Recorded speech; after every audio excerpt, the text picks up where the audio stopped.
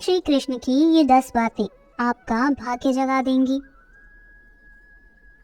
भगवान श्री कृष्ण ने अपने श्री मुख से कहा है कि अगर सफलता प्राप्त करना चाहते हो और अपने जीवन में खुश रहना चाहते हो तो ये 10 बातें हमेशा याद रखो। पहली, श्री कृष्ण कहते हैं जो मेरे साथ है मैं उसके साथ हूँ।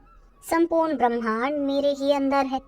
मेरी इच्छा से ही यह फिर से प्रकट होता है और अंत में मेरी इच्छा से ही इसका अंत हो जाता है। मेरे लिए न कोई घृणित है न प्रिय, किंतु जो व्यक्ति भक्ति के साथ मेरी पूजा करते हैं वो मेरे साथ हैं और मैं भी उनके साथ हूँ। बुरे कर्म करने वाला सबसे नीच व्यक्ति जो राक्षसी प्रवृत्तियों से जुड़े हुए हैं और जिनकी बुद्धि माया ने हर ली है वो मेरी पूजा या मुझे पाने का प्रयास नहीं करते। दूसरी, आत्मविनाश या नरक के ये 3 द्वार हैं, वासना, क्रोध और लोभ।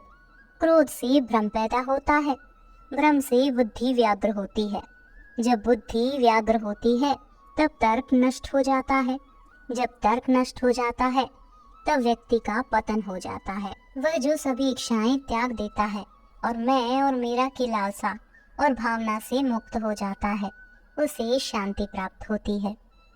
तीसरी, सफलता। भगवान श्री कृष्ण कहते हैं कि यदि आप लक्ष्य को प्राप्त करने में विफल रहते हैं तो अपनी रणनीति बदलें, लक्ष्य नहीं।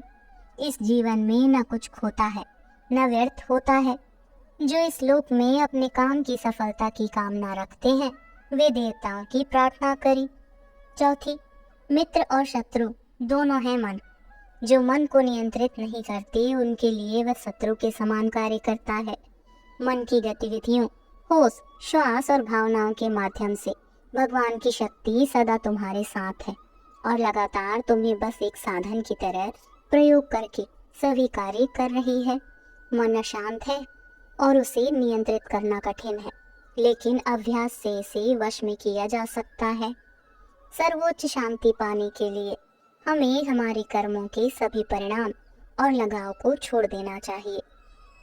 केवल मन ही किसी का मित्र और शत्रु होता है। पांचवी, संशय ना करो। श्री कृष्ण कहते हैं कि सदैव संदेह करने वाले व्यक्ति के लिए प्रसन्नता न इस लोक में है न ही कहीं और। आत्मज्ञान की तलवार से काटकर अपने हृदय से अज्ञान के संदेह को अलग कर दो। अनुशासित रहो, उठो। संदेह, संशय, दुविधा या द्वंद्व में जीने वाले लोग ना तो इस लोक में सुख पाते हैं और ना ही परलोक में। उनका जीवन निर्णयहीन, दिशाहीन और भटकाव से भरा रहता है। छठी, आत्मा न जन्म लेती है और ना ही मरती है। जन्म लेने वाले के लिए मृत्यु उतनी ही निश्चित है जितनी कि मृत होने वाले के लिए जन्म लेना।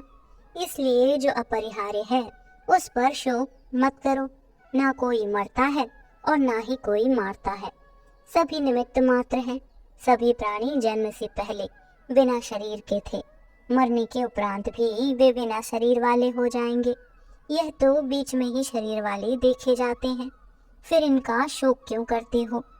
यह आत्मा किसी काल में भी न जन्मती है और न मरती है, क्योंकि यह आत्मा अजन्मी, नित्य, शाश्वत और पुरातन है।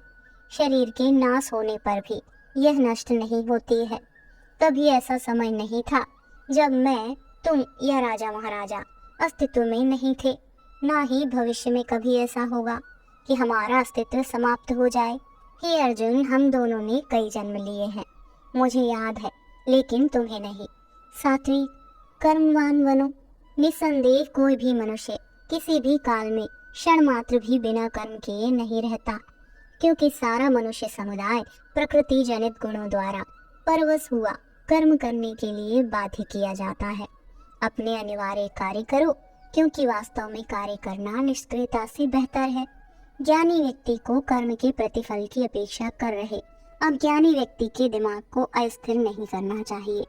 अप्राकृतिक कर्म बहुत तनाव पैदा करता है। किसी और का काम पूरा करने से कहीं अच्छा है कि अपना काम करे, भले ही उसे अपूर्णता से करना पड़े। बुद्धिमान व्यक्ति कामुक सुख में आनंद नहीं लेता। कर्मयोग वास्तव में एक परम रहस्य है। आठवीं, विश्वास क्या है? मनुष्य अपने विश्वास से निर्मित होता है। जैसा वो विश्वास करता है वैसा वो बन जाता है। व्यक्ति जो चाहे बन सकता है यदि वह विश्वास के साथ इच्छित वस्तु पर लगातार चिंतन करे। हर व्यक्ति का विश्वास उसकी प्रकृति के अनुसार होता है। विश्वास की शक्ति को पहचाने। 9वीं, निर्भीक बनो, उससे मत डरो जो वास्तविक नहीं है। न कभी था न कभी होगा। जो वास्तविक है वो हमेशा था और उसे कभी नष्ट नहीं किया जा सकता। प्रबुद्ध व्यक्ति के लिए गंदगी का ढेर, पत्थर और सोना सभी समान है।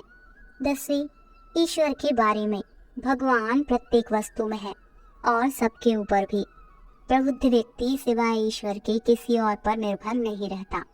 सभी काम छोड़कर बस भगवान में पूर्ण रूप से समर्पित हो जाओ। मैं तुम्हें सभी पापों से मुक्त कर दूंगा। शोक मत करो। जो कोई भी जिस किसी भी देवता की पूजा विश्वास के साथ करने की इच्छा रखता है, मैं उसका विश्वास उसी देवता में दृढ़ कर देता हूँ। हे अर्जुन, मैं भूत, वर्तमान और भविष्य के सभी प्राणियों को जानता है, किंतु वास्तविकता में मुझे कोई नहीं जानता।